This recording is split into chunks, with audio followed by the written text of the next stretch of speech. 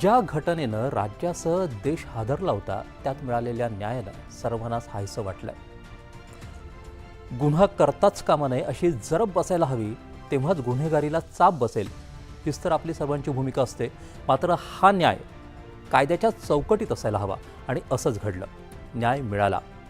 संपूर्ण महाराष्ट्रच नाही तर देशभरातल्या लोकांनी याचं स्वागत केलं. 55 दिवसात निकाल. नराधमाला फाशीची शिक्षा. पुण्यात भोरच्या नसरापूर इथं 3.5 वर्षांच्या बालिकेवर 65 वर्षाच्या भीमराव कांबळेनं अत्याचार केला, तिची निर्घृण हत्या केली. विशेष न्यायाधीश SR साळुंखे यांनी सोमवारी त्याला फाशीची शिक्षा सुनावली. ती 3.5 वर्षांची चिमुरडी होती. उन्हाळ्याच्या सुट्टीत आजीकडे आली होती 1 मे रोजी. दोषीनं तिला वासरू दाखवण्याचं आमिष दाखवलं. ती परत आलीच नाही. तिचं शव सापडलं, शेणात लपवलेलं. CCTV चित्रफितीत दिसलं. भीमराव कांबळे मुलीला गोठ्याकडे नेतोय, तिथेच तिच्यावरती अत्याचार झाला. शवचिकित्सा अहवालानुसार मुलीच्या शरीरावरती 18 वेगवेगळ्या जखमा होत्या. शारीरिक आणि लैंगिक अत्याचाराच्या खुणा. वैद्यकीय पुराव्यांनी सारं सिद्ध केलं, ते सांगणं देखील अवघड जात आहे. कुटुंबीयच नाही तर राज्यभरात जनक्षोभ उसळला. पोलिसांनी देखील वेगानं कारवाई केली. प्रशासकीय पातळीवरती निर्देश सुटले, तपासानं वेग घेतला. हे प्रकरण घडलं 1 मे रोजी. शिक्षा झाली 29 जून रोजी, म्हणजे 60 दिवसांच्या आत संपूर्ण खटला मार्गी लागला.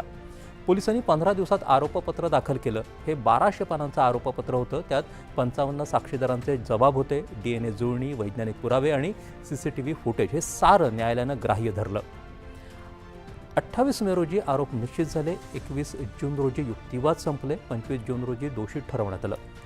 भीमराव कांबळेला अपहरण, बलात्कार आणि हत्येसाठी फाशीची शिक्षा ठोठावण्यात आली. विशेष न्यायाधीश SR साळुंखे यांनी हा गुन्हा दुर्मिळातील दुर्मिळ ठरवला. आरोपीचा पूर्वीचा गुन्हेगारी इतिहास आणि पश्चातापाचा पूर्णपणे अभाव या दोन्ही गोष्टी निर्णायक ठरल्या. विशेष सरकारी वकील म्हणून अजय मिसार यांनी बाजू मांडली. कांबळेवरती याआधी देखील एका 62 वर्षीय महिलेवर, एका 17 वर्षीय मुलीवर अत्याचार केल्याचं त्यांनी न्यायालयाच्या निदर्शनाला आणून दिलं. या गुन्ह्यातून सुटल्यानं त्याला कुठलाच धाक राहिला नाही. अतिशय थंड डोक्यानं त्यानं नियोजन करून हा गुन्हा केला. त्यानंतर त्याला पश्चातापाचा लवलेशही नाही हे सारं पटवून दिलं. सरकारी पक्षानं दुर्मिळातील दुर्मिळ या श्रेणीचं समर्थन केलंय. सर्वोच्च न्यायालयाच्या 12 महत्त्वाच्या निकालांचे दाखले दिले. विशेष न्यायालयानं फाशीची शिक्षा दिली आहे. कायद्यानुसार पुढेही प्रक्रिया असेल, मात्र हा न्यायालयीन प्रक्रियेचा महत्त्वाचा टप्पा आहे. अशा घटना घडतात तेव्हा खैरलांजी, कोपर्डी आणि निर्भया प्रकरणाच्या जखमा पुन्हा ताज्या होतात. बदलापूरमध्ये चिमुरडींवरती झालेल्या अत्याचाराचं प्रकरण फार जुनं नाही आहे. कोपर्डी आणि निर्भयासारख्या घटनांनंतर कायदे कडक झाले, पण नराधमांना कायद्याचा धाक बसण्यासाठी जलद गती न्यायाची नितांत गरज व्यक्त होत राहिली आणि या निकालानं अपेक्षांना न्याय दिला.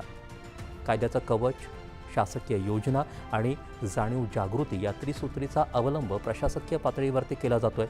18 वर्षांखालील बालकांवरील अत्याचारासाठी पोक्सो कायद्यात थेट मृत्यूदंडाची तरतूद आहे. महाराष्ट्रातल्या शक्ती कायद्यामुळे अशा खटल्यांचा निकाल अवघ्या 60 दिवसात लागणं अपेक्षित आहे. शिवाय अशा गुन्ह्यांसाठी कोणत्याही पोलीस ठाण्यामध्ये 0 FIR नोंदवता येतो. पीडितांना मनोधैर्य योजनेतून 10 लाखांपर्यंतची मदत, तसंच मिशन वात्सल्य आणि PM केअर्सद्वारे आरोग्य शिक्षणाची हमी मिळते.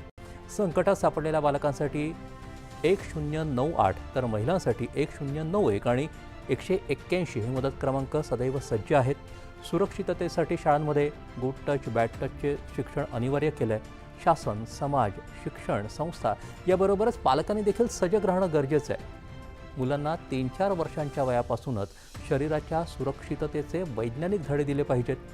मुलांना धमकवणाऱ्या गुन्हेगारांचा डाव हाणून पाडण्यासाठी पालकांनी त्यांना या मुलांना विश्वासात घेतलं पाहिजे, त्यांच्याशी संवाद साधला पाहिजे. जलद तपास, कठोर शिक्षा आणि प्रशासकीय सतर्कता या तिन्ही गोष्टी एकत्र आल्या तर काय होऊ शकतं हे नसरापूर खटल्यानं दाखवून दिलं. पण हा अपवाद राहता कामा नये. आदर्श पायंडा ठरायला हवा ही सर्वसामान्यांची इच्छा आहे.